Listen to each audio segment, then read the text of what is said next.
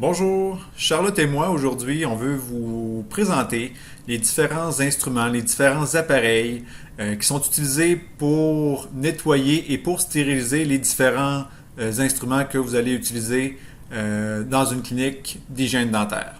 Donc, on regarde ça tout de suite. D'abord, ici, on a le collant rouge sur le bord du comptoir. Le collant rouge nous indique que toute la zone ici, c'est une zone souillée. Donc, on doit toujours avoir notre sarrau, on doit avoir le masque, les cheveux attachés, les gants et les lunettes de protection. Quand j'arrive dans la stérilisation avec mes instruments souillés, je m'en vais, si j'ai une pièce à main, je m'en vais ici vers la machine qui s'appelle la Assistina. La Assistina sert à lubrifier et nettoyer les pièces à main comme ceci.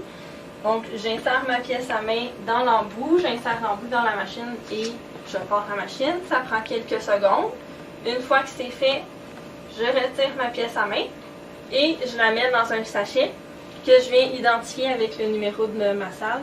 Et je vais porter mon sachet sur les stérilisateurs au fond pour que Élise, la technicienne, puisse faire la stérilisation. Ensuite, on a aussi des instruments comme ceci, qui sont des instruments que j'ai ouverts d'un sachet. Donc, selon les nouvelles normes, les instruments comme ça qui sont seuls, on va devoir les amener de la salle jusqu'à la stérilisation dans un bac fermé. Quand je les aurai sortis du bac, je vais devoir les mettre dans une solution désinfectante qu'on n'a pas encore reçue. Une fois qu'ils ont été dans la solution désinfectante, on doit bien les rincer et on les brosse si jamais il reste des particules sur les instruments. Par la suite, on doit les passer dans le bain ultrasonique 15 minutes.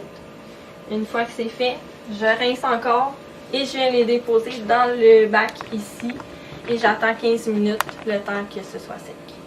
Une fois que c'est sec, je viens les ensacher, je mets le numéro de ma salle et je viens les porter sur le dessus des stérilisateurs pour qu'Élise puisse les stériliser. Donc ici, on a ce qui s'appelle un hydrim. C'est un laveur décontaminateur. C'est comme un gros lave-vaisselle, si vous voulez. En fait, on en a deux. Les seules choses qui vont là-dedans, c'est les instruments qui sont dans des cassettes comme ceci. On a différentes sortes de cassettes. On a ce format-là, on en a des plus petites et on en a des plus grosses. Là, le collant rouge est là, ce qui fait que je ne peux pas le toucher pour vous le montrer, mais à l'intérieur, il y a des racks et les racks sont séparés. Puis je viens mettre mes cassettes à l'intérieur, je le referme bien, puis je le pars.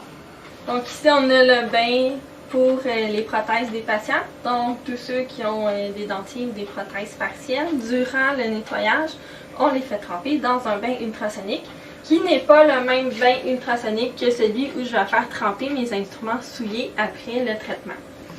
C'est le même principe, dans le fond, avec à main nue propre, parce que là, on remarque qu'ici, j'ai le collant vert, tandis que le collant rouge, on se rappelle, ça veut dire que ma zone ici est souillée. Ici, c'est propre, je peux y toucher.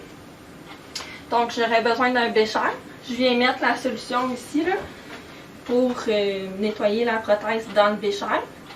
J'ajoute la prothèse dans le bécher et je viens mettre le bécher ici. Ensuite, je dépose le tout dans mon bain à ultrasons dans lequel j'ai au préalable mis de l'eau. Et puis, je le pars pour 15 minutes aussi. Et ensuite, je sors, je rince bien la prothèse, puis je la redonne au patient. Donc, Charlotte vient de le mentionner, un appareil comme celui-ci, donc travaille avec des ultrasons. Au niveau microbiologique, comment ça fonctionne? C'est que les ondes sonores qui vont circuler vont créer des microbules dans le liquide dans lequel baignent les instruments et avec la force de l'onde, ça va venir frapper les instruments. Ça va nettoyer, mais ça va aussi détruire, dénaturer les parois bactériennes ou de mycètes ou de divers micro-organismes. Donc, il y a vraiment un impact physique sur le micro-organisme et à ce moment-là, le micro-organisme va être tué. Cependant, il y a certains micro-organismes qui sont un petit peu plus résistants à un traitement comme celui-ci, entre autres la bactérie qui cause la tuberculose, donc Mycobacterium tuberculosis. Cette bactérie-là est recouverte d'une cire qui va lui permettre d'avoir une meilleure résistance ou une meilleure tolérance à un traitement comme celui-là. Donc un patient ou une patiente qui aurait la tuberculose et on nettoie les instruments, donc il faut faire un petit peu plus attention sur les différents traitements que l'on va appliquer sur ces instruments-là pour s'assurer qu'une bactérie comme celle-là va être éliminée. Mais ça, c'est une chance qu'on a ici au Québec, au Canada. La tuberculose n'est pas une maladie endémique. C'est pas, vous ne verrez pas de patients très très souvent là, qui ont une maladie comme celle-là, mais c'est important d'en être conscient que les bactéries de ces patients-là peuvent être plus résistantes à un traitement à ultrasons.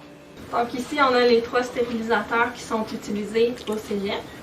Tantôt, on a vu que quand j'avais passé mes pièces à main dans le Assistina et que j'avais passé mes instruments dans l'ultrason, je les ensachais. Les sachets d'instruments peuvent aller ou bien dans le statine, ou dans l'autoclave, ou dans le magnaclave.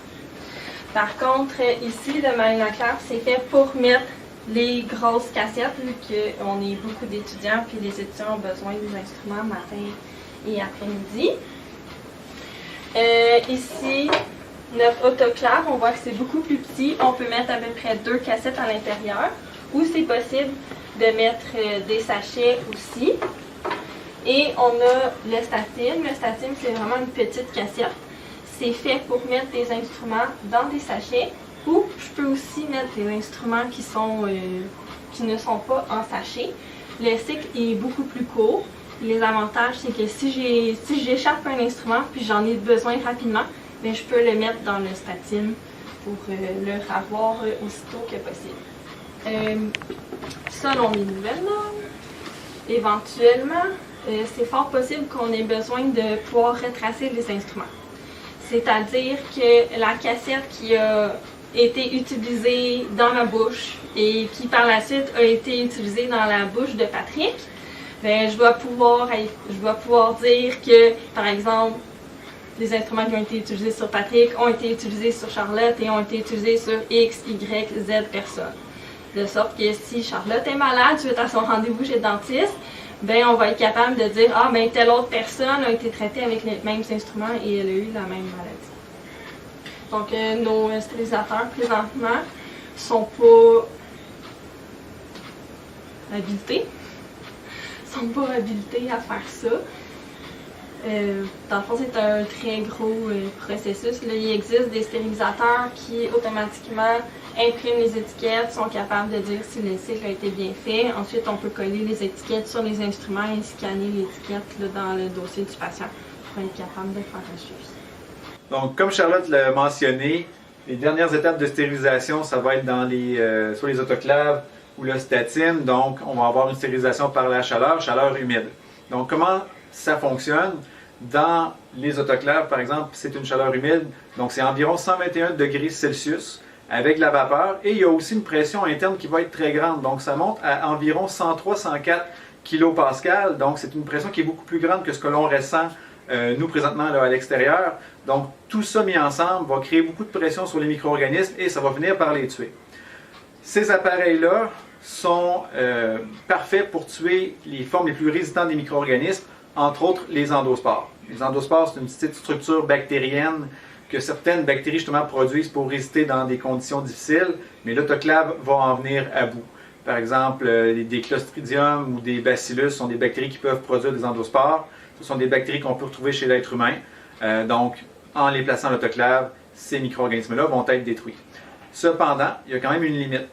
Si les instruments n'ont pas été bien nettoyés dans les étapes précédentes, donc il y a encore des traces soit de sang ou de tissu, et que c'est collé sur la curette ou l'instrument, et qu'on place le tout à l'autoclave, il y a des petites protéines qu'on appelle des prions qui, eux, peuvent survivre. Okay? Encore une fois, la question de survie, là, le prion comme tel n'est pas vivant, mais il peut favoriser sa multiplication dans les tissus de la personne. Donc, un prion, c'est une petite protéine.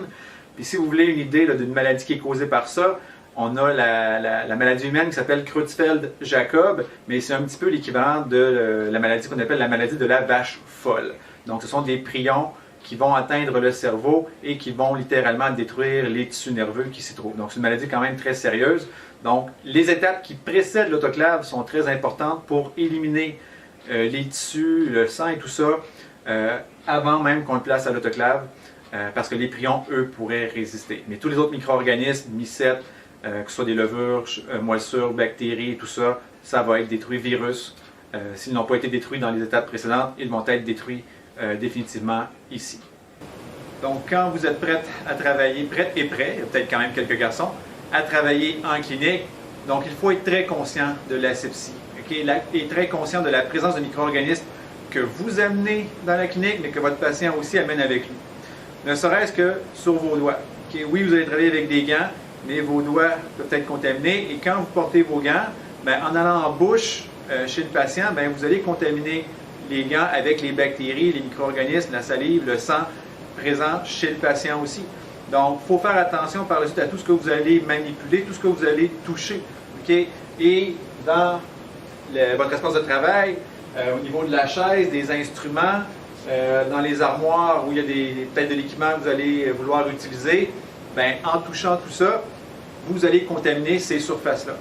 Donc, une fois que le patient, vous avez terminé de travailler avec lui, bien, il faut s'assurer de nettoyer, aseptiser toutes les surfaces, tout ce que vous avez touché, tout ce sur quoi des aérosols auraient pu se propager aussi.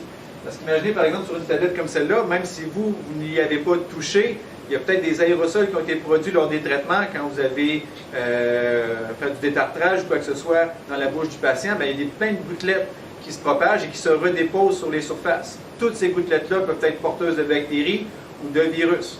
Même principe, si vous avez un patient qui a peut-être une certaine fragilité au niveau des gencives, il y a eu des segments, bien, si ce patient-là est porteur d'une maladie transmissible par le sang, bien, ces gouttelettes-là peuvent être contaminées aussi.